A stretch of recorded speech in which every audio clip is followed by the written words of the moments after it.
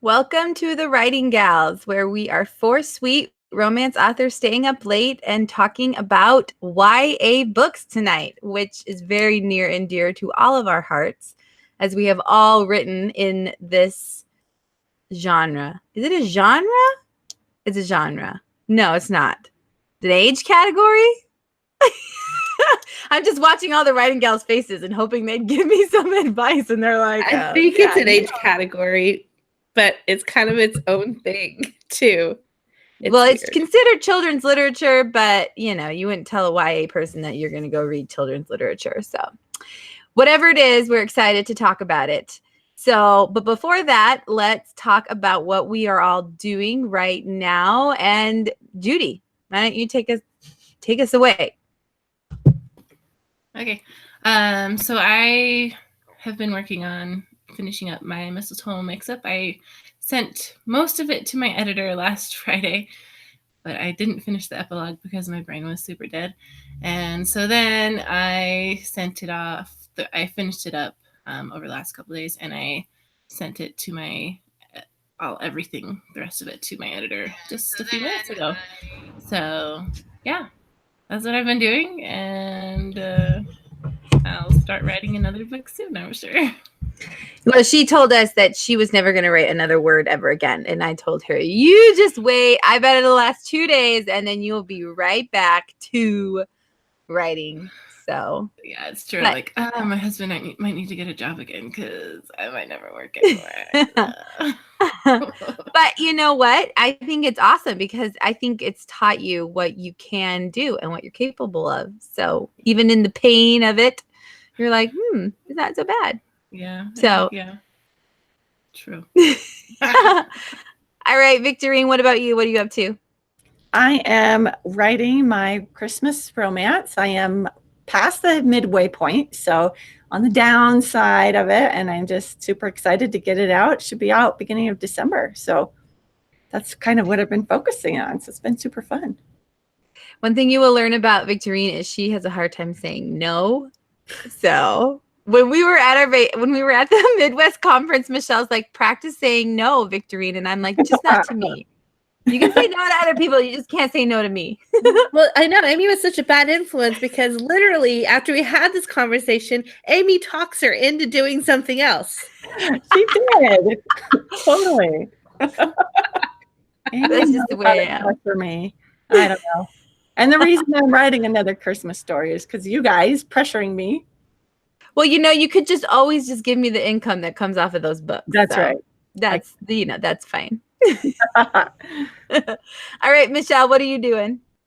Besides being really jealous of Judy's awesome book display behind her, oh my gosh, I am in love with that and totally jealous right now.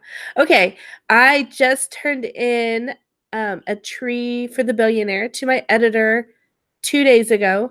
That was amazing, as always. Such a great feeling to just put something aside for a little while, let someone else work on it. And then I spent a day plotting and coming up with names and picking the tropes out for my next story. It was so much fun. So now I have written the first chapter of Sugar Plums and Mistletoe, and I'm already totally in love with my characters and my story. So I'm in the happy stages right now, not where I will be in, a week and a half or 2 weeks when I start getting towards that middle fun part. But right now it's all sunshine, rainbows, and lollipops around here. That's super exciting. I was thinking, we don't need a lot as authors for Christmas. Just give us some good names and some good tropes and we're ready to go. Well, that's exciting. We're excited for this book and it's got a great cover on it. So, and I am doing a lot of things right now. I am almost done with Second Chance Mistletoe Kisses. I'm about 5,000 words away from finishing that. And I've been that way for the last 2 days because I found this awesome Facebook ads course. So I have been like elbow deep in watching those videos and trying them out myself. So maybe we'll do another recap on Facebook ads as if I get good at them. So hopefully keep your fingers crossed for me that I do. And then I will start my countdown to Christmas book that's going to release at 1st of December. And it's called My Christmas Break Mistake. And I'm hoping to write that this weekend because tomorrow I'm leaving to go to Georgia to visit my really good friend who I've done NaNoWriMo with the last couple of years. We get together and we spend a night and we rented like a cabin here, but we're renting an Airbnb in Georgia, and we literally write for 24 hours. So I'm really, really excited to go see her and to write a whole bunch and have a break from my kids because I love them, but I need a break.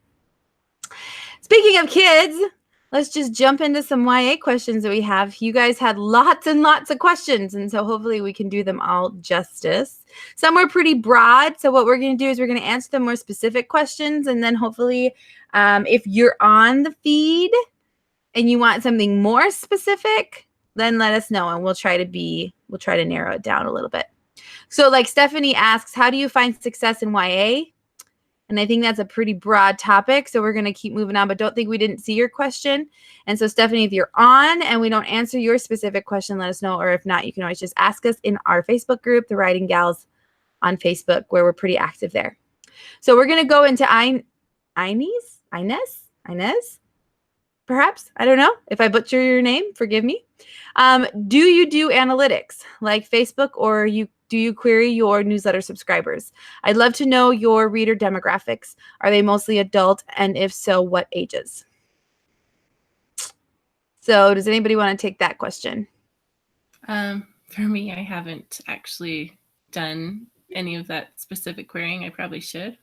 But most of like the interactions I've had with readers have been with adults. So I'm guessing they're pretty much adults. There are a few teens that I have, interacted with, or ones that I know in like real life who have read them, but I think the majority are adults who like teen romance. So. I've had the same experience with mine, that the majority of my reviewers and people have emailed me have been adults. And so I love it when they say that they're going to share it with their daughter. And I think that that's how a lot of teenage readers get a hold of ebooks, especially, is that somebody gives that to them, recommends it. A mom, an aunt says, here, read this book. And I also think that it's a matter of how you reach your audience, because the people with the credit cards and the Amazon accounts are the ones that we're going to have the most success selling to. So it's really hard, even if you can reach the young adults, the teenagers specifically, on Instagram or any of these other social media sites, it's going to be hard to convert them to direct sales simply because of their ability to buy things. It's not, 100%. A lot of them do have accounts set up with gift cards or something. They're allowed to go on and buy things, but for the most part, the parents have the money. So that's just where we are. And if you want to reach teenage people directly, you really have to do, school visits and that kind of thing, or reach out to teenage book blockers. Yeah, I agree. That's been my experience too with my YA. Most of the people who contacted me about it are adults. I do have a friend who put my book in her classroom, and so she's told me that the teens in there really like it a lot, and that's awesome to hear. But yeah, like Michelle said, the adults are the one buying. And for me, I actually polled my newsletter group, and asked them if they would read it. I offered a $25 gift card to respond back, because I like to treat my newsletter good. And sometimes I'm like, all right, but I'm not going to just give it to you, so I'm going to make you answer a question. And I had about 60 responses, and most of them all said that they would read it, except for about 70 years and older said they had a harder time not responding. You can see how much my brain is shot today. What am I thinking? Empathizing? Yes, sympathizing? all of those words you just said. I don't know. You all said them at the same time, so I didn't hear them. But yes, they had a hard time connecting with protagonists that were that young. But some were like, I'm young at heart and I'll read anything. And I've had people respond on my Facebook. They're like, I'm 45 and I didn't think I'd like them, and I love them. And I think when we go back to Jennifer Nielsen, when she talked about the 4 quadrants of sales, you really will hit those 3 quadrants with YA, where you will do, young adults, early to mid adults, and then later in life adults. Because I think even if they don't buy it from themselves, they all said, I've got granddaughters, my daughter would like it. I know all these people that I can recommend your books to. So just because they might not buy it for them specifically to read, they will know. And I also think I make money in YA because a mom who downloads my book and reads it and thinks, oh, my daughter would like this. And she's got 4 daughters. Then she's passing my book to all 4 of her daughters. So especially if she's in KU, she's just like, here. I mean, this is what I'm assuming. I don't know, but I think it's a possibility. And you hit more, but yeah, you hit that 3 quadrant. Then when you just do adult, you just hit those 2. So you have another demographic that can buy or is interested in purchasing that book. Okay. So Bridget asks, will it focus on romance? So are we just going to focus on romance? No, not necessarily. Because mine all have romantic subplots, but are all speculative. As so far, I've only made $900 in 7-ish weeks. So I'm guessing you're asking us, how can we market non-romance YA? Possibly. Do you guys have any? Because I know I have 2 YA that are not just romance. They're urban fantasy. At least that's what I think. Urban fantasy / fairy tale told in a contemporary world. So, and I think Victorine and Michelle both have non-contemporary, maybe? No, mine are contemporary, but mine is like Cinderella story. But it's really heavy on the romance, so I probably can't. But don't you have those sci-fi ones? Oh yeah, I do. We don't talk about. Don't ask me how to sell them because I don't know. I can't sell them. Michelle, yours are contemporary though, right? Yes, I have a contemporary. I have contemporary romance. I have speculative YA that's set in contemporary times, and I have a historical fantasy that I would consider young adult as well, even though it's published under a different publisher, so it's not under my indie umbrella where I have any control over it. But yeah, so I've played around in different markets, and I think a lot of historical romance is really close to that YA age range because so many heroines in historical tend to be very young, around 18 years old. So yeah, I'm all over the place as usual. Well, and I think in terms of any books besides, so I was comfortable going from adult to YA because it wasn't so much a different genre as it was just a change in age and setting. But my books all kind of stay the same in terms of the story arc and the romance. So I think for me, it was an easier sell because I had an audience built up. And then I was like, okay, just follow me, just bear with me, deal with this tiny little change, but everything else will be the same. And I think with us in YA, because we get so inspired by like the Hunger Games or Harry Potter and all of these very detailed and very like all of these different elements that go into our story. Like that was my first YA book. I mean, I love that book. It was so much fun to write because she had superpowers and she was Cinderella and it was told in a contemporary time. So, but I think it got more complicated to market and for people to just pick up and know automatically, I'm going to love this book. So I think if you write in speculative and if you love it, then do it. Don't not do it. But know that it's going to probably be a little bit more work in terms of the marketing aspect, which is why all of us go, if we were ever to write a book that was not a romance, we would try and trad publish it just because it's almost an uphill battle to self-publish it. But people, now don't get me wrong, there are people in like urban fantasy that do really, really well. And like, what was it? Bianca Scardoni, I think she is.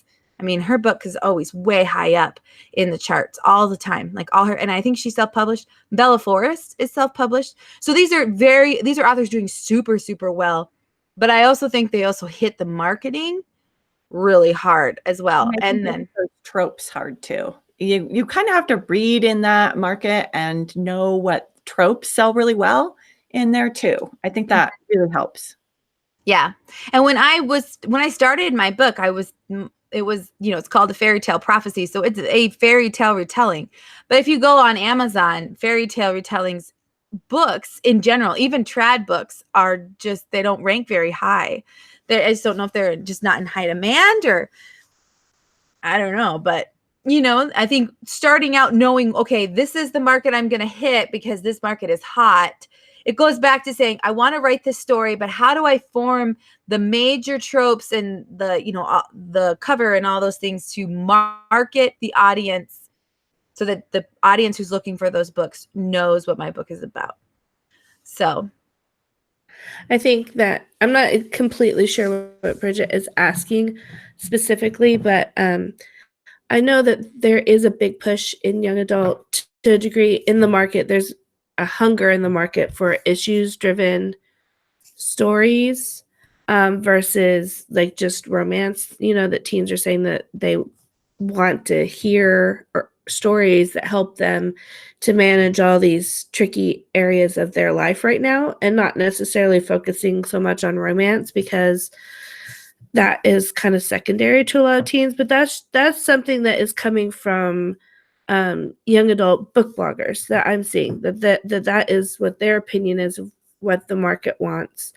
I saw someone on our live feed commented that they saw that 50% of the young adult market was adults. And I think that that's kind of where part of that switch comes in, is that adults are not necessarily as interested in reading issues-driven stories. And I will say that I think that the numbers of 50% is probably skewed by traditional numbers. And that if you were looking strictly at indie authored books, that the audience for them is much more heavily towards the adult side, kind of like we've talked about. So when I have a daughter who is almost 14 years old and reads constantly, and she's reading all the traditional published books she can get her hands on in the school library and in her teachers' libraries. And so that's what she's reading. She's not buying books. If I buy her books, I buy her indie books because I'm an indie author.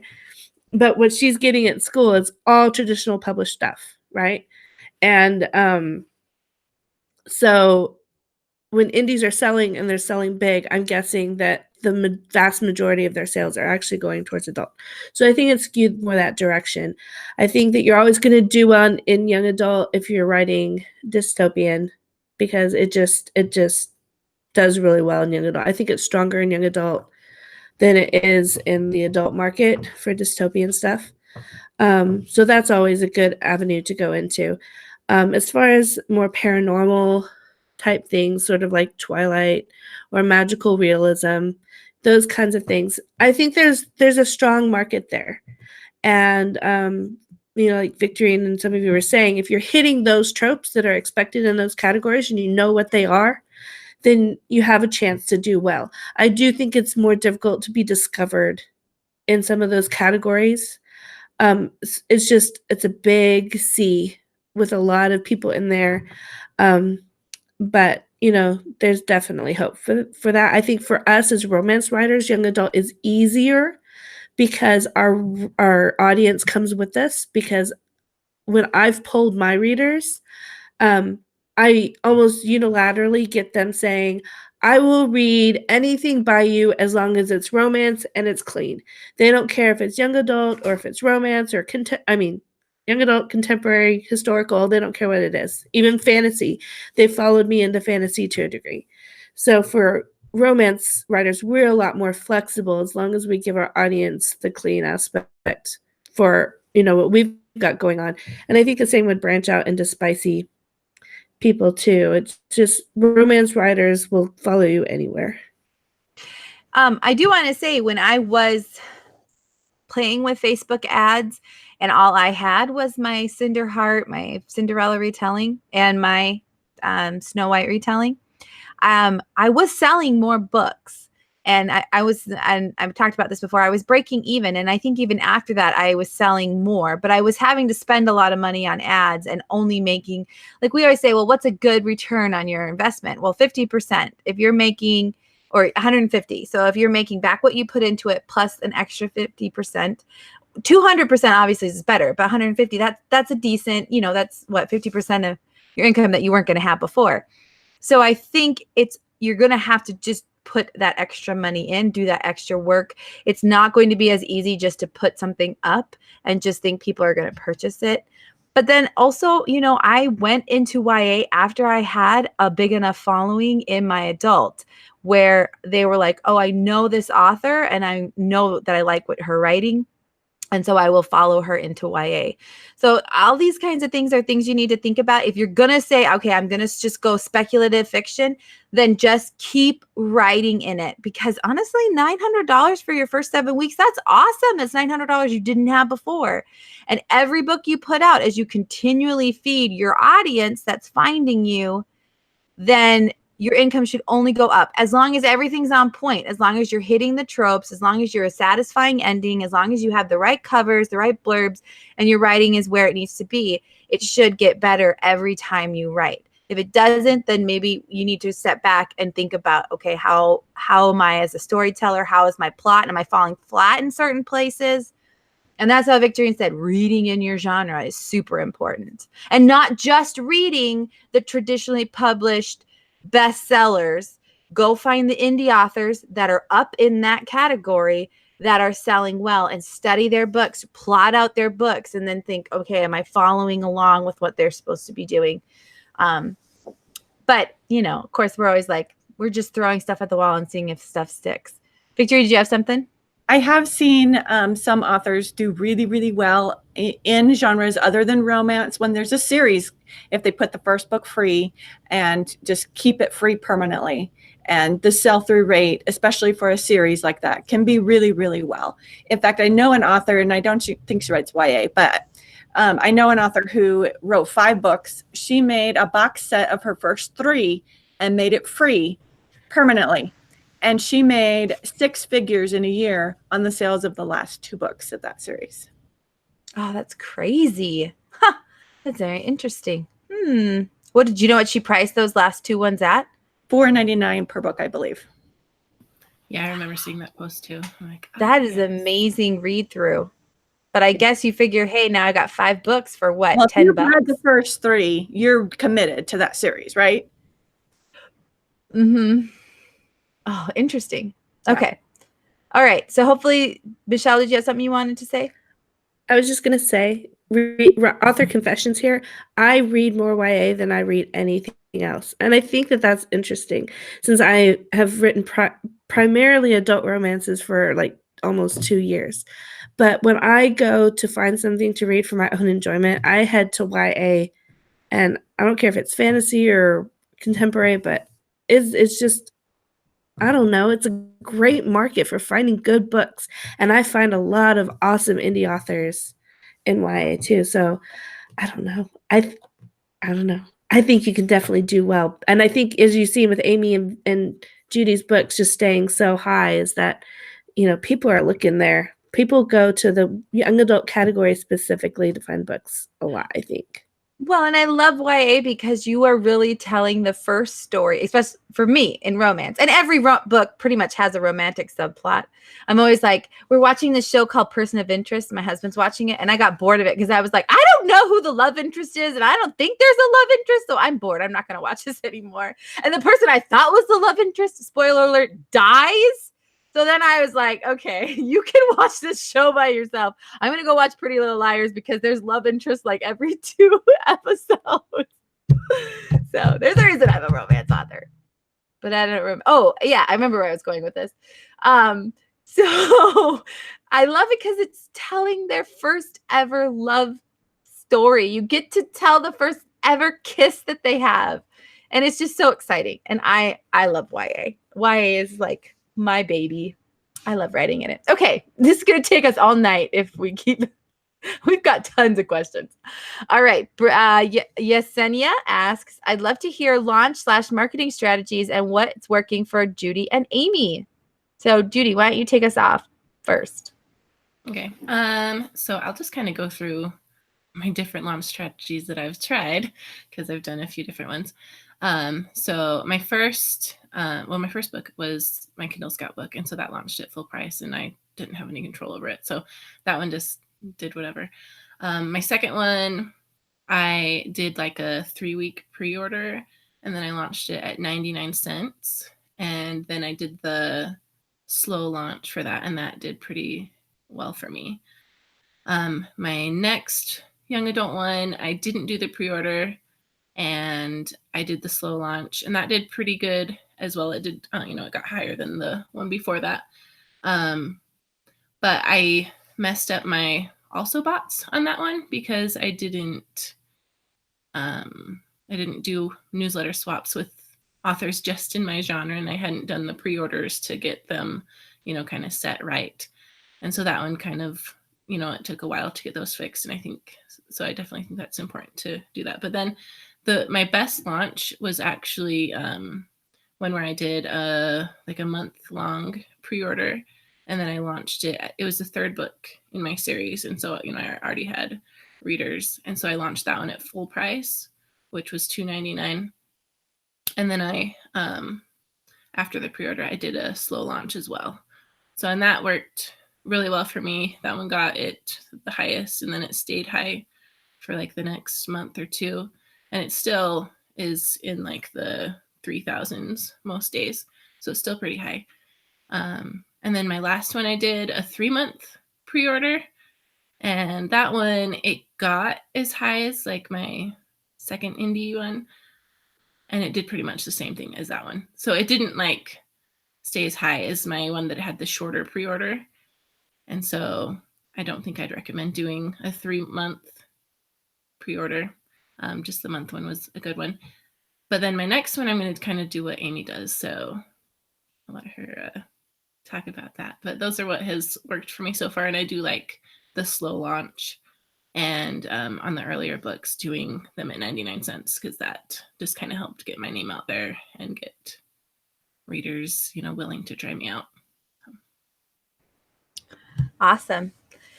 Well, I wrote my first YA book, and I was talking to the lovely ladies here, and they said, hey, you should do a rapid release. So write 3 books of the series and rapidly release them.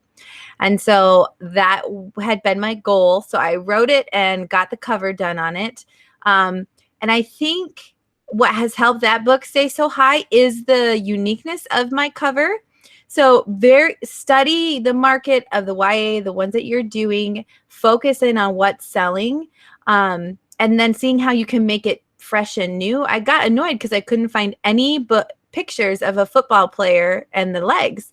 And so I had a blast doing my own photo shoot for that. And my cover, I think, is just amazing. My cover artist is awesome, and my photographer is awesome, and so I really owe it to them. Title is awesome, and my title is awesome. I heard of that. I'm like, oh, she's so smart.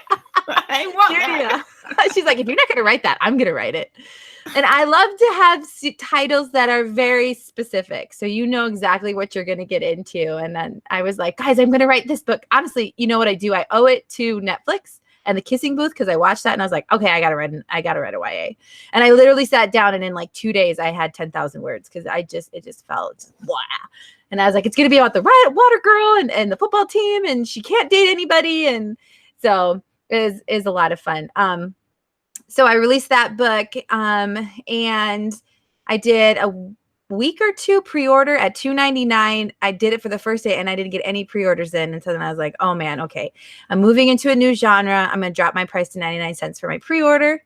And then I launched it. I don't think I got that many pre-orders. I think I got like 50 or 60 pre-orders on it. And so I launched it, and I just did the slow launch, like we talk about, where the first week or 2, I was just doing newsletters.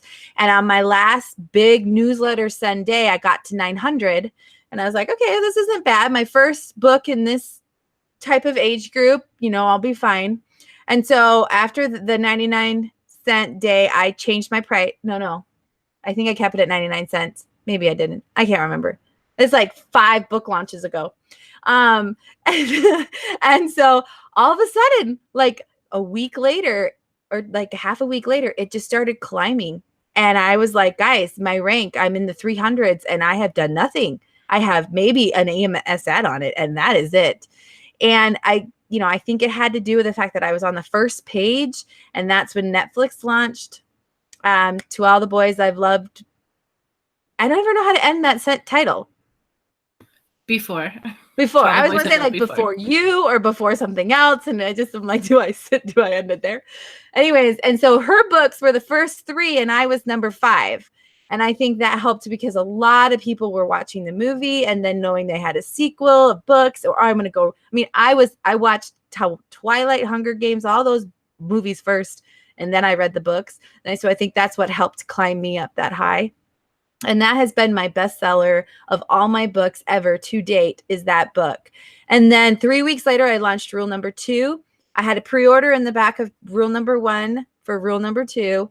And I got, first day, it shot me up into like the 700s. And I think it's just because Rule Number 1 had so much visibility that it was just that read through. People were reading and bam, they were over there. And then I didn't like having that close of a launch because I didn't feel like my book got that high. And so as high as Rule Number 1 did, but you have to think of read through and all that stuff. You're going to lose people after the first read through that aren't going to read through the rest of the series. So then I launched Rule Number 3 and I launched that at both Rule Number 2 and Rule Number 3. I launched at $2.99 and then I did a 99-cent promo day. And that launched me up, but then I kind of came back down in both of those launches. And then I'm just putting out Rule Number 4 right now at $2.99, and then I'm going to do another 99-cent day. And then this is for my BookBub new release, featured new release. So I'm probably going to drop it to 99 cents on that day as well, to get more of the sales through BookBub. So I'll do like a Facebook post about how the featured new releases did for me. But I don't, I wish I could say I knew exactly what caused my book to go up so high. I don't know. It's the title. It really is. It's so good. I know, I can't ever not stop writing in the series.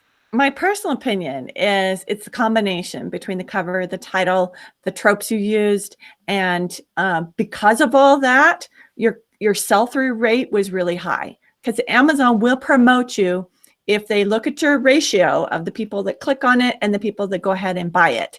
And if that ratio is high enough, they will promote you. And if you don't know what you're doing and your book is climbing the ranks, it's because Amazon's promoting you because of your sell-through rate. Yeah. Oh, yes. So do everything perfectly and you will succeed. And then make sure, get Netflix's launch schedule like 6 months in advance so you can time your book release for when they have a book coming out at the same time. So, okay. I hope that helps answer your questions, Yesenia, for our launch strategies. Okay, so Kirsten asks, I'd love to know from those of you who have done both adult and YA, what differences you found in terms of marketing the books. What surprised you? What's been different? What's worked the same? And how do you connect with other YA authors? First of all, don't spend a lot of time trying to market to young adult readers if you're an indie author.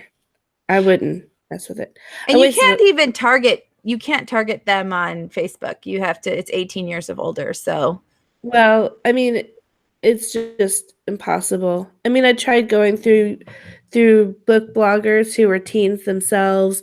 I tried Twitter. I tried Instagram. Or did I try Instagram back in the day? Probably not. But I mean, I was trying to figure out, okay, how do I reach the teenagers that I'm writing to? And it's just, you can't, it's just a waste of time. You just need to sell it to adults and trust that it'll trickle down to the young adults. And if your book comes up in rank because you're selling it to somebody, then they're going to find it more easily anyway. So that's what I would say. It seems like it makes absolutely no sense, but realistically, I think that's how the market works for indie authors. Well, and adults are the gateway to teens and kids. And so if you can convert adults, you're going to more easily convert a teen.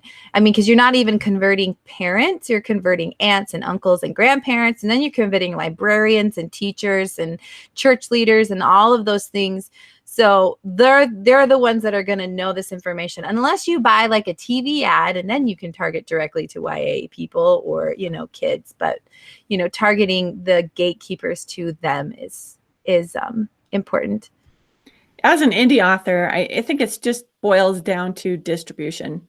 You don't have the distribution that the traditionally published authors have. And so you can't get your book in all the school libraries or all the public libraries because we're indie. And so the only way we can market really is to the adults that we're selling to. Yep. Yep. And then connecting with other YA authors. There's a lot of YA author groups on Facebook. And then you can also just go on what's selling, who's selling the best, and reach out to them. Because I think, it's a scary prospect, but I think we all, sit behind our computers and think nobody sees me, nobody knows I'm here.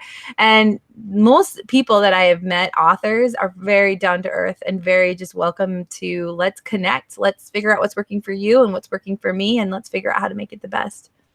Yeah, Judy? I agree. Yeah. There's definitely some good Facebook groups that I have found that have helped me to, set up newsletter swaps with, or just kind of talk about how we're doing things. And then I have, like, when there is a book that has just stayed high for a really long time, I have reached out to those authors to try and, figure out what they've done. And yeah, just like Amy said, they're usually really nice to talk about it. So just And I out. think I did that same thing too. There was somebody who kind of was running parallel to me for a very long time with her brand new release. And I was like, man, her book is at $3.99 and she's at these crazy high numbers. And why did she do that? And so I just Facebook messaged her and I said, hey, I don't know if you've seen me around. This is the title of my books, but I'd love to know about your price. And she's like, I just launched it at that. And so finally I was like, okay, I'm going to change the price of my YA books and see what happens. And I don't even think my audience has batted an eye at the price. And I think it's that they tolerate it more because trad is so heavy in YA and trad's way more expensive than indie is. So I think they pretty much expected. I think for me, in terms of marketing your book, if you're going to market your YA, in the beginning, you need to have it favorable towards adults and then expect the trickle down into teens and like their kids, especially if you're not going to be able to like get into schools and get into Scholastica. And honestly, Scholastic, I can't even say that word anymore. I'm going to be done with that.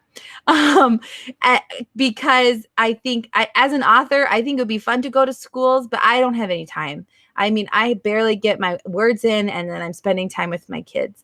So I want to be able to just market solely online.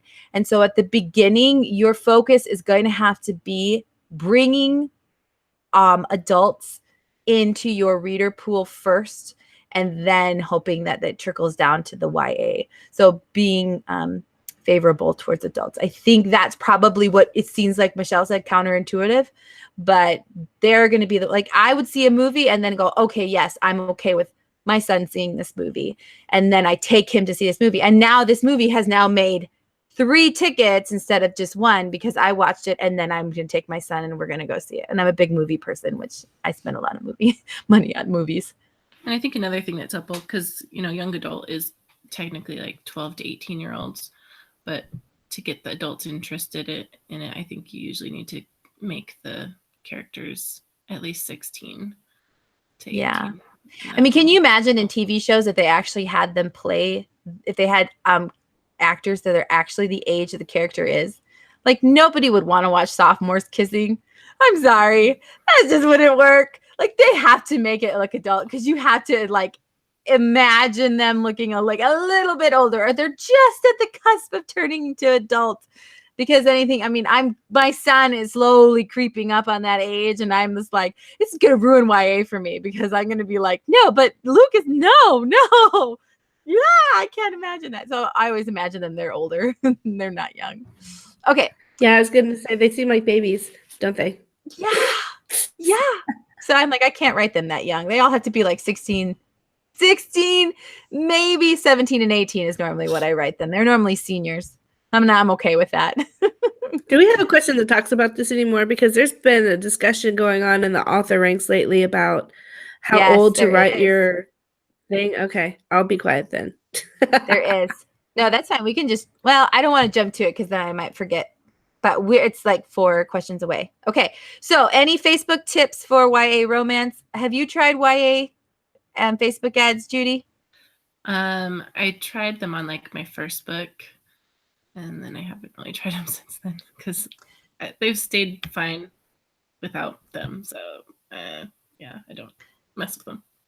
So I've done Facebook ads for my urban fantasy, and I think targeting people who like certain genres. So like you would target people who like dystopians, or for me it was targeting people who liked fairy tale retellings. And that's what was getting me sales. I do have a Facebook ad currently on Rule Number 1 that's getting me sales, and I didn't set it up. My PA did, but she put in like parents of like 13 to 18-year-olds. And then just people who like love inspired stories and things like that. And it's been getting me sales. So I'm excited to do some more testing around with some of these other Facebook whatever. I can say, oh my gosh, I cannot think today. My brain is just gone. I'm going to test it. There you go. We're going to leave it at that. Maybe it's my brain telling me, stop talking, Amy. Okay. Any tips, or Amy asks, not me, another Amy, any tips on bouncing back after your sales are great and then tank for months on end? So my question is, does it tank for months on end and then come back up, or is it just tanks and it just never comes back? I don't know. I'm guessing it means her sales are bad and they didn't come back up. And my tip for that is, try making them free and try buying up ads for them, because when my sales slip down and my book kind of dives, that's what I do to kind of balance it back up and get more sales and more notice to it. Because sometimes it's just all a matter of visibility, right? You're not visible anymore. If you did have good sales, that doesn't mean you need a new cover or a new anything. If it did have sales, it just means you need more visibility. So maybe try some ads or make it free and buy up some ads that way. Yeah. Another thing is put out another book. That's what I've always done. So yeah, make sure it's written to market. So. And I think it's also, you have to realize that eventually a book is going to settle, and it's going to we all cannot be Harry Potter, who somehow, even after years of being out, is still like number 10 in the Amazon bestsellers. I'm just like, how? We have all read it. How is it still that popular? But it is. And, someday, hopefully I will write a book that settles in the top 17 of Amazon, but probably not. So, at some point your book is going to settle. So what I would say is, if you're writing in a series and you feel like all those books have kind of gone the way, try a new series, try something else, give your audience something fresh and new. And market your books, but don't keep putting money into dead things. Don't keep putting time and energy into a dead thing. Sometimes it's better just to say, okay, that series is done and it's ran its course and it's making me like a couple bucks a day, but that's okay. It's a couple bucks I didn't have, and I'll move on to something new. Yeah, I was going to say that's pretty much what I've done with my current YA list is that I love the books and the reviews are good, positive on it. People like it, but I don't think I can revive that book. It would take more energy trying to pull it back up or get it to move than I think the book is worth to me as an author, and my time is more valuable than to waste a lot of time on that old series. So I'm going to put it towards something new that's going to do better, because let's face it, we all grow as authors too. We all learn about the market and we improve if I wrote those stories now, they'd be a lot different than they currently are, because I'm just a better writer now. So just let them do their thing sometimes, and just, it's happens to all of us, and it's okay to just let the books sit out there and live their life. We have to do it with kids, and we have to do it with books. And I think too, though, like Victorine said, maybe not change your cover. But if it's been a year or two since the book's been out, markets change, expectations change. And in our group, we have somebody who went ahead and changed the covers of her books, and she added more detail, and she added other extra parts, and she relaunched her series. And she was able to like triple her income for relaunching that series. So don't be scared if it's time to get new covers. But that's where you have to have you have to have the beat of the market. You have to know what's selling, what people are expecting. Yeah, I saw a post where this couple who writes a bunch of books, they just automatically update their covers every 2 years. And then there's, and they might tweak their blurbs a little bit to try and reach a whole different market than what they were getting with those ones before. I guess not like a whole different market, but, different readers interested in a little bit different of a thing. Mm-hmm. And see, I feel like mine weren't written to market well enough that even if I kept putting new covers on them, I don't think that the market would respond super well to them, because, I thought they were romance at the time. And even though they're very romantic, they're not actually romances. And so then I'm left not really knowing a whole lot, where to put them or what to do with them. So it's just, maybe if I'd written them to market better in the first place, recovering them and relaunching them every now and then would have been effective. But I don't think for this one that it will be. So you really have to analyze your book and analyze what you think its potential is before you start putting a lot of time and money into it. And I think then it would be finding a beta reader, or perhaps somebody who's working and doing well in that market, and seeing if, you swap manuscripts, or you can say, hey, take a look at a couple of chapters and tell me if I'm headed in the right direction with this. Obviously, don't harass other authors, and they're very busy. And if they do give you their time, then that's very kind of them. But sometimes just reading their books too, they could say, hey, no, I can't, but check out my books, and then, figure that out. So be open to knowing, okay, maybe this isn't the best book I've ever written. I need to make changes. But if you wrote it and you want it to sell, then, taking advice of people is important. So Jessica asks about marketing a YA. I think we kind of discussed that. Also, I don't see any difference between launching a YA and launching an adult. And we have a couple of launch strategy podcasts.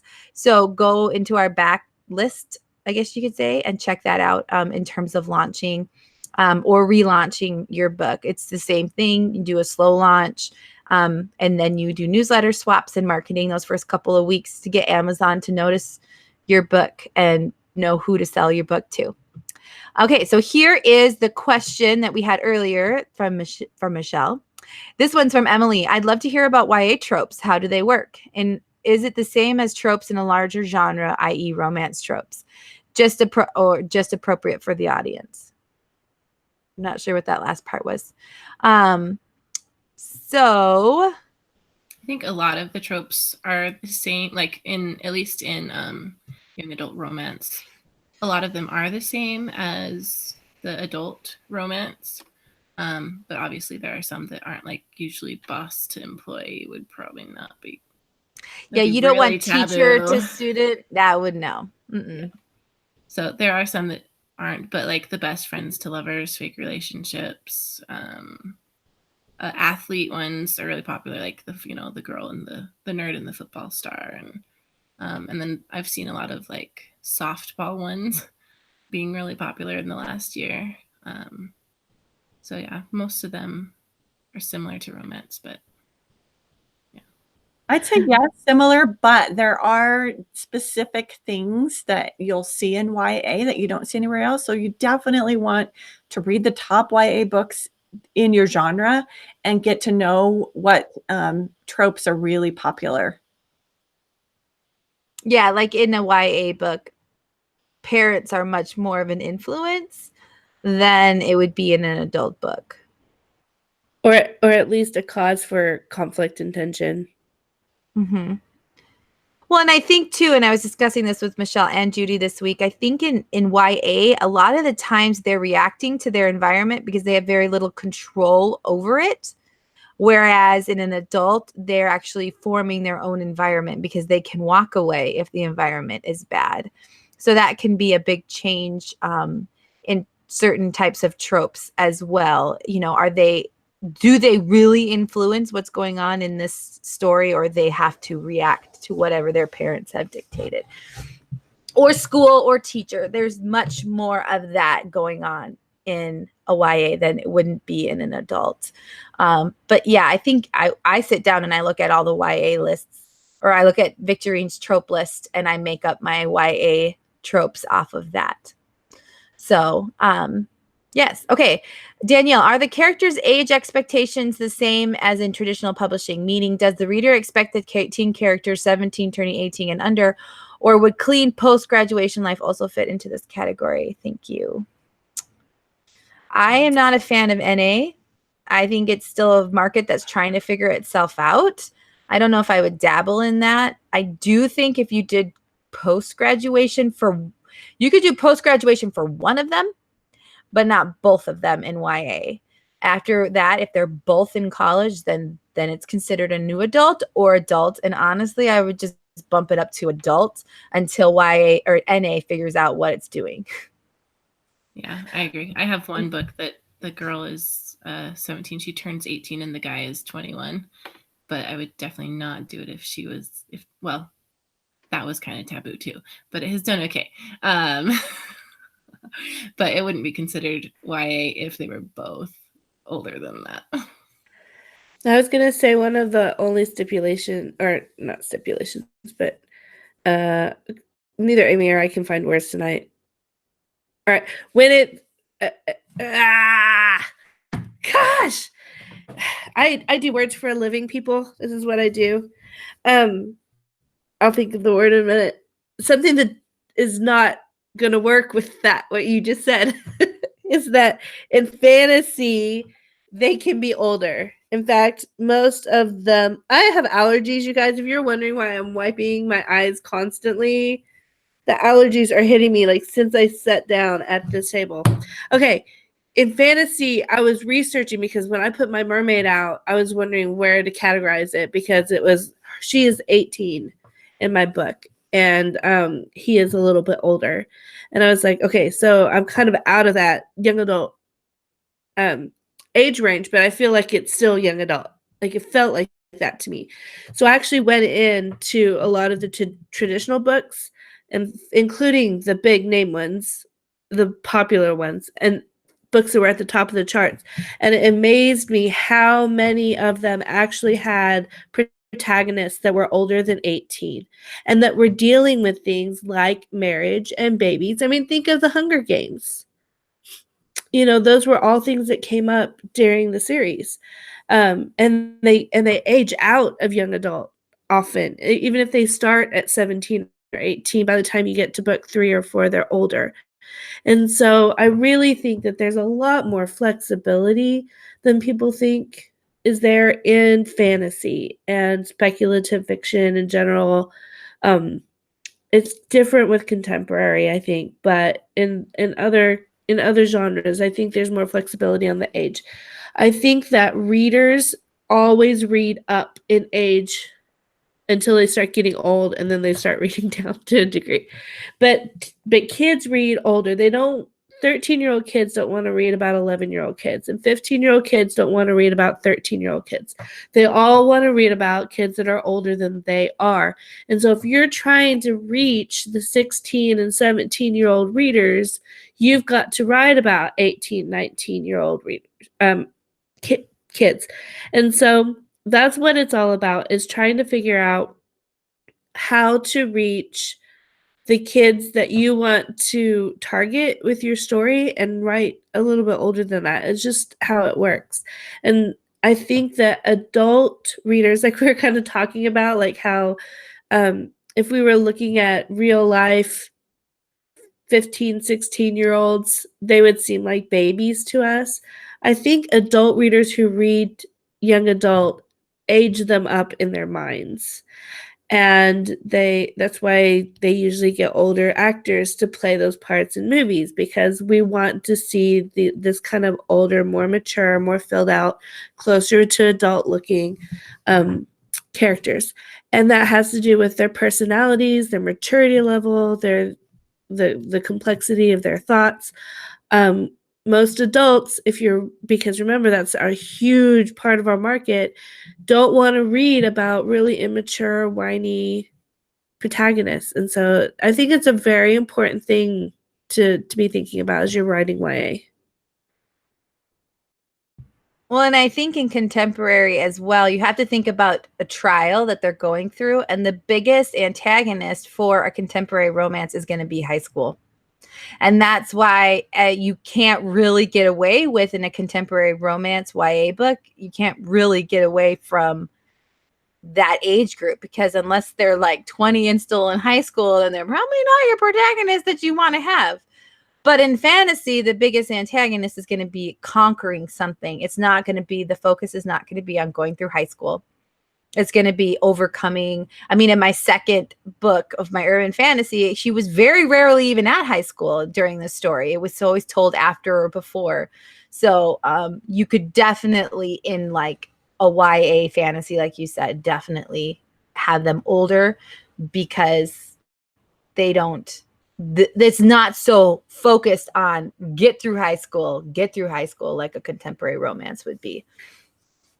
Yeah, and if something is going on in the world, like in a dystopian where everything is wrong and society is shifted around and created, a new paradigm, then, they would probably have matured a lot faster than current teenagers would have.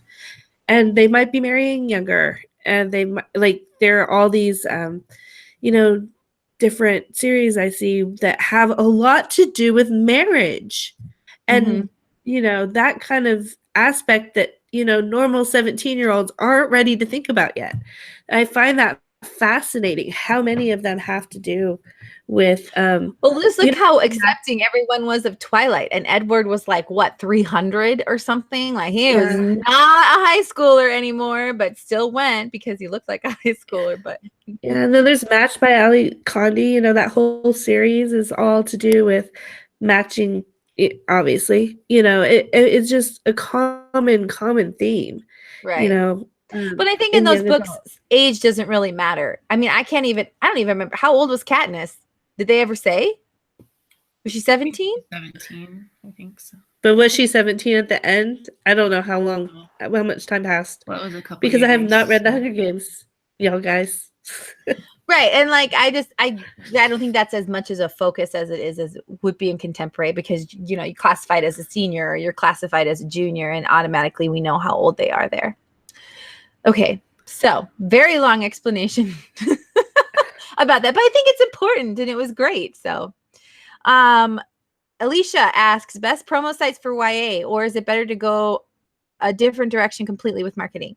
No, not a better idea to go a different direction marketing. Promo sites, I don't know. Judy, what have you found that works? So I mostly have just used promo sites for my free days, and there's a lot that don't do young adult. So the ones I have been using for my free days are FreeBooksy and My Book Cave. Those are the ones I've tried recently. Robin Reed's wouldn't take me. ENT, they took me one time and then they didn't take me another time. So I haven't tried them again. Maybe I should. And those are the only ones that I think I've really tried. I think with paid promo sites, especially with YA, you have to think about what is your objective. And if your objective is, I want to make my money back, I put into it, it might not be the best place to put your money. But if it's more like, I just need like 10 or 15 or 20 sales that day to keep my slow rank rising, then it's probably worth it more to you. So I would probably go into paid promo sites, at least for YA, with lower expectations than, and be prepared to lose the $45 to $100 that it costs to do it. So have it strategically in mind, where I've set up newsletter swaps with other prominent YA authors, but I have a day here that nobody's sending my book out. So I'll go buy a promo just to keep myself high in rank. So that would what I suggest more. And like I said, I'll do a post about my featured new release through BookBub, and it's a new thing with them. And I think it's going to be easier to get now, especially in YA, because I was flatly rejected for my adult, but I think less people know about it, and so YA is easier. So I'll let you guys know if that was effective at all or not. Okay. So Stephanie asked, what's a good launch strategy for a YA book? I'm a slow writer and I do have plans for other books in this series, but they won't be ready anytime soon at the pace I go. Should I wait until I have a few books done or just release them as I finish? I think it's pretty similar to adult. What do you guys think?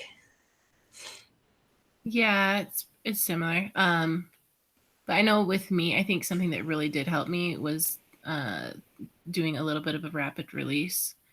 When I first got started, that helped me get noticed. And so I had done 3 weeks apart. So I might wait until you have at least 2 books and then just try to write the others as fast as you can. Yeah, I would probably write like maybe the first 3, unless you're like crazy like me and you try to write while you're releasing the other ones. But I would release and then maybe spread it out just a little bit instead of rapid release, maybe do a month and a half and release the second one, and then wait another month and a half. And by that, that's 3 months. So if you can get your 4th one written by that time, then you'll have, that's 4.5 months to release your next one. And then you can just kind of keep doing that. And then always, you'd be surprised how much faster you can write when, you kind of let go of some of that inhibition that your brain naturally gives you. But even with me, like my books have done pretty well when I have released like them every 4 months still. So I disagree a little bit. I don't know if I'd wait the 6 weeks in between doing the first rapid release, because that's not really like a rapid release and you lose the 30-day kick between the first few. So I didn't like releasing every 3 weeks. I liked pushing it out to 4. Yeah. So yeah, I would probably do every like 30 days or every 28 days maybe. But I don't think I'd wait the 6 with the first couple. But that's okay. Try and then come back and let us know, because that's what we do. That's what we all do. So, but yeah, I agree with Judy though that rapidly releasing is something that helped me as well to get noticed, and so try and keep them. If you know your schedule and what you can do, and keep it that way. Okay, but the nice thing about YA is if you hit the market right, it kind of just stays up high because there's less competition. There's less people putting books out in YA. And so it stays higher longer than like adult, where there's like 5, like whatever, a bajillion books every day that gets released that's new. So, okay. Oh, sorry, my phone just dropped. How do you get more paperback sales, especially when your books are at the lower end of YA age where they don't read ebooks? Is there any way to target paperback sales on Amazon? Yes, called AMS ads. And then what tropes or genres in YA are dead and what's popular right now? Popular right now is fake relationships. Those are pretty popular. And then like enemies to lovers. I think any adult trope. Yeah. Any adult trope that's popular is probably popular now in YA. Yeah. I would always say for me, when I write, it's normally the clueless girl or the nerdy girl that gets the guy that's the popular guy. I really like that because I think, and correct me if I'm wrong, but you're always telling, most of the time, I do one point of view when I write, and you can't really write the bad girl or like the mean girl's perspective because everyone would hate her, like, right? Don't you think? Like nobody would want to sit there and read the evil girl that becomes good. Like you have to like draw them in, right? Or maybe not. I don't know. I hope not, because my latest one, she was the mean girl, and it's just her point of view. So I'm like, oh, I hope people like it. I think you softened her up a bit for why she's mean. Yeah, but I'm just thinking like, I just don't know if I could be in that perspective. Yeah, she couldn't be like a truly mean girl. Yeah, that's true. As far as paperback sales go, I would say it is like trying to wade upstream to sell paperback books when you're self-published. It really is. If you really, really, really want paperback sales, then go traditional. That's the only way to really become, a bestseller in paperback. I say embrace the ebook sales. That's where the money is. So I sell about 3 paperbacks a day, sometimes more. And I think it's just because my books are high in rank. But I also have Facebook ads and AMS ads on them. And that's where parents are looking for teens, Christmas presents and things like that. They find me, they go, oh, I like this book. My daughter would like this book. I'm going to buy her the paperback. I do not sell that many adult paperbacks at all. No. But I've definitely have sold when my adult book was really high in rank. I sold a lot of paperbacks. But the same thing with like audiobooks. That's the way to sell paperbacks if you're indie, is to sell a whole ton of ebooks. And then people will be like, they read the book, they're like, I love it. So-and-so would like this. I'm going to buy the paperback and give it to them. Yes, exactly. That's pretty much the only way. Other than that, I would not really target specific to sell ebook or paperbacks. Okay, so Giselle asks, I'm hearing adults make up a big, and we kind of answered this, percentage of YA readership, and I'm wondering if that holds true for you ladies. Also, if one wanted to target teens, what would be other places to connect them with besides Instagram? From what I've heard and noticed, they don't seem to be on Facebook very much. So we answered that question. Target adults first, and then they're the gatekeepers to the kids. Okay, so Christy, does YA work best if told through first or third person? I've read both, and it seems like first person point of view seems to be the most popular. Twilight versus Morganville Vampires, for example. If you write both sweet romance and YA stories, how do you find time to write in both genres? What's your daily word count look like, and how many days a week do you write? Okay, so that's like 3 questions in one. Okay, so first versus third person point of view. First person. Yeah. And there's first person present tense, but I think less people can get into that. I did not know that Hunger Games was first person present tense until someone pointed it out to me. So she's very good at writing first person present that doesn't make you want to scream. That was the Match trilogy, right? Yeah, it was. And I think Divergent was. So the thing with first person present is that I think it does work better for fantasy in a lot of ways, and you have to be really good to write it well, I think. And people have really strong opinions about it. So apparently my 14-year-old daughter prefers it. We had a big argument about it the other day. But she reads a lot of fantasy. So oh, Michelle, that's so awesome that you argue with your daughter about point of view. I was like, only an author. We bond over this. No, it's kind of funny because she's very opinionated when she's reading books. And then I dig. I'm like, oh, really? You feel this way because why? Inquiring authors want to know. That's awesome. Okay, so the next question is, how do you find time to write in both genres?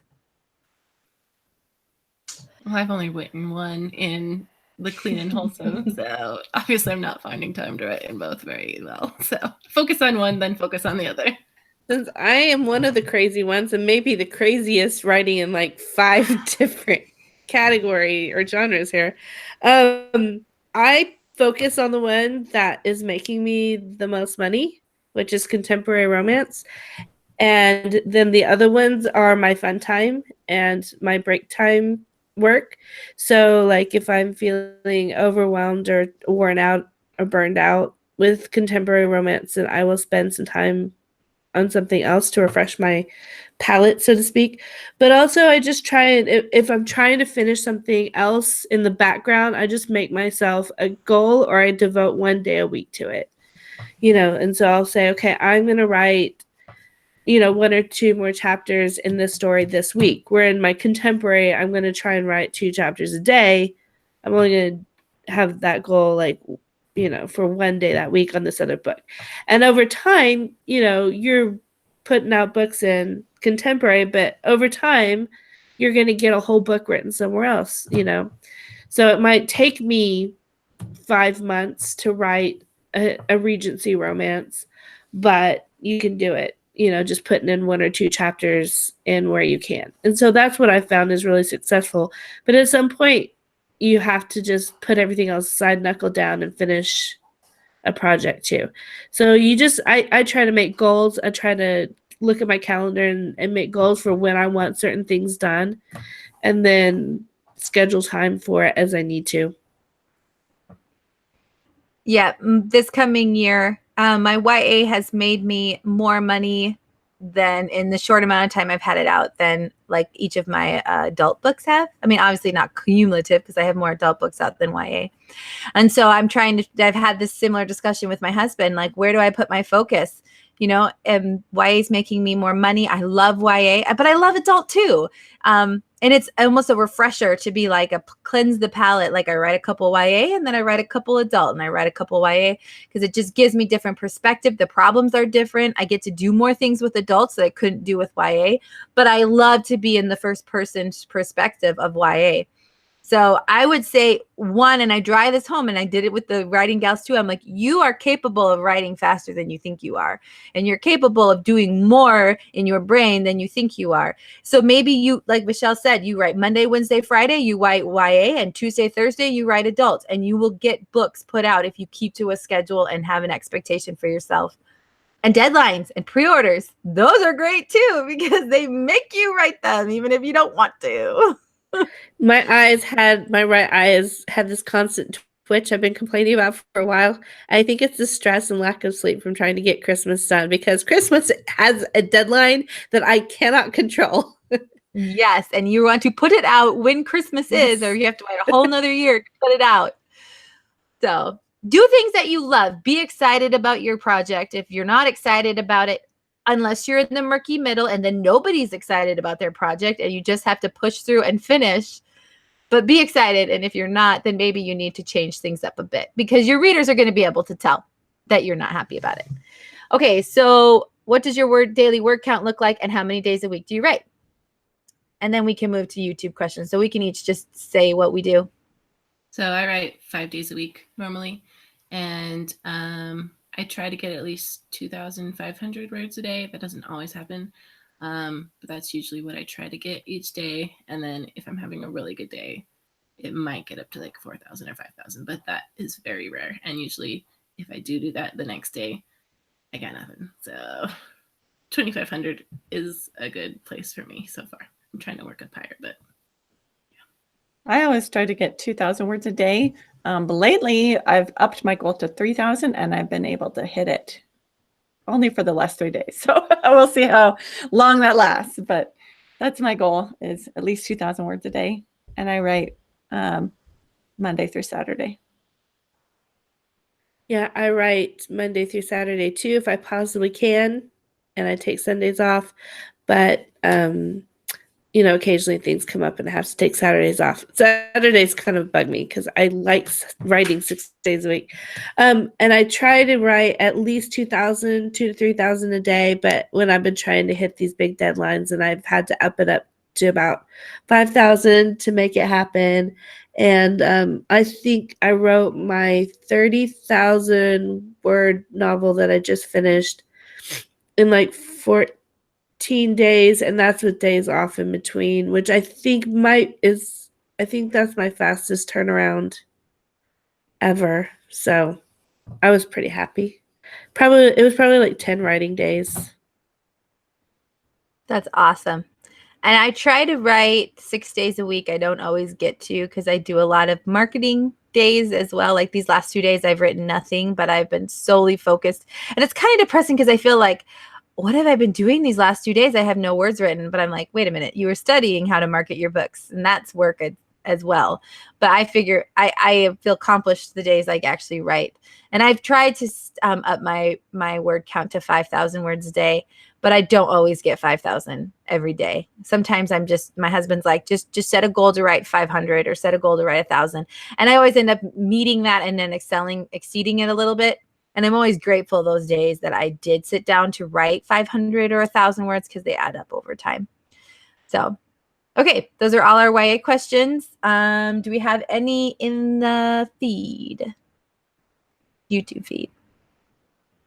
Judy? Yeah, there is one. Let me get to it.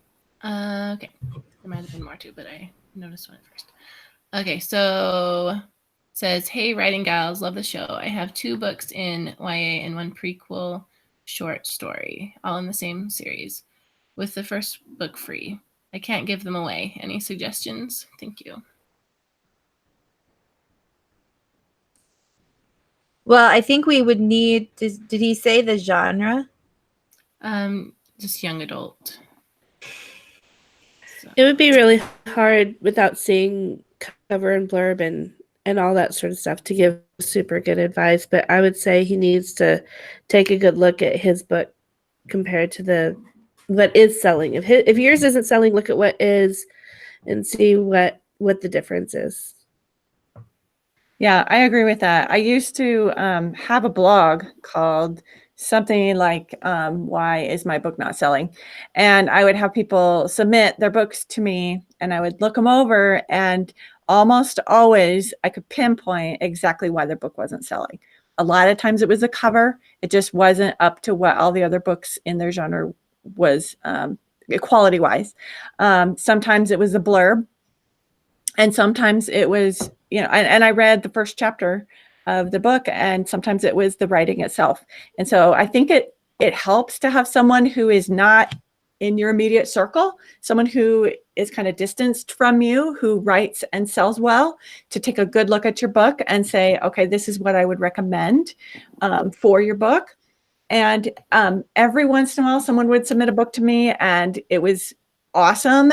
Everything about it was in alignment. And the only thing I could think of was, this book isn't visible enough, and that's the reason it's not selling. So I would get some outside opinions from people who are writers and try and pinpoint what maybe you can tweak. Maybe your cover needs to be tweaked or something needs to be changed. And I think I've heard a lot of authors who say, I wanted to start making money, so I started taking writing to market seriously. And I think at some point you're going to have to sit back and say, did I write? Was this my for love, or was this my for money? And if it was for your love, then great, leave it where it is. But even if it was for your money and you didn't quite hit the market with this one, I would step back, do your research, and then just try a new series and launch that. Sometimes I think you can waste a lot of time trying to breathe life into a backlist that's just not going to sell. Yeah, he said it's young adult, science fiction, alien invasion, and all 3 covers are professionally done, designed to fit the top-selling covers in the genre. And he did a rapid release and had it edited. So looks like he's been doing all the right things. So yeah, sometimes with that kind of thing, you just have to. And this is what I'm doing with my fantasy personally, because I feel like it's well written and it's got a great cover and it's all these things, but I feel like it's not going to do anything until I have more books out, so I'm going to keep putting books out. But sometimes it's the next series that will start selling this one. Maybe the next series is the one that takes off, and then you build a fan base and they go in and they look for what you've got. And I think, was it Mark Dawson that said, I think it was him that said, you're not selling one book to 10 different people, you're trying to sell 10 books to one person. And that's how you build a business. And so, get those 10 books written, and then, one of them will probably take off, and then you can sell everything else to those fans. Mm-hmm. I agree with that 100%. And I feel you, because I have a science fiction book that I can't give away, and I dearly love it. It's a great story. It got attention from trad pubs, and I turned down the traditional publisher to self-publish, and it just is really difficult to sell. And my mom tells me it's great, but I just can't sell it. So I feel you, and maybe sometimes it's just nothing you can pinpoint. So I agree with Michelle. Keep writing, keep putting those books out, because all of the very successful authors that I know don't have 2 books out. They have 30 or more. So, start working on your 30 books. And then if you have 30 and they're not selling, then something's wrong. Yeah. And I would say join groups. Be a sponge and absorb as much information as you possibly can. Go and just stalk other sci-fi groups and with authors, and just see what they're doing and what's being successful for them, and then copying that. And see if you can get in on any of their newsletters. Yeah. But I would focus like on making your next book launch, doing all the things that other people are doing in the sci-fi. Because I think even if you try to get newsletter sends now, it's probably done its course through Amazon. And so getting a new book out is really what's going to boost you up. And then the read through is what's going to bring that series back up from Never Neverland. Okay. Anyone else have anything they want to, last parting words of wisdom they want to give? No? Okay. Next week, we are super, super excited because we're going to have Charlie Holmberg on our podcast. And she is published through 57 North, which is Amazon's sci-fi and fantasy imprint. And so she writes YA, right? You should probably know what she writes. Yes. Mm-hmm. So if you have any questions for Charlie, we will have a post later on next week where you can ask her any questions. She is super cute and fun, and I'm excited to have her on. It's going to be really interesting to learn about that genre through her. So make sure you subscribe down below if you like what you see. We will greatly appreciate that. And then you will be known VIP. It will go ding on your phone when we go live, because some days we do a little switcheroo and it's on Wednesday and not Thursday. And now all the people who thought it was Thursday are going to miss, but they're not subscribed. So subscribe down below, leave comments, come on to Facebook, ask us questions. We are more than happy to answer them. And other than that, we will see you guys next week with Charlie Holmberg. Thanks for staying up late.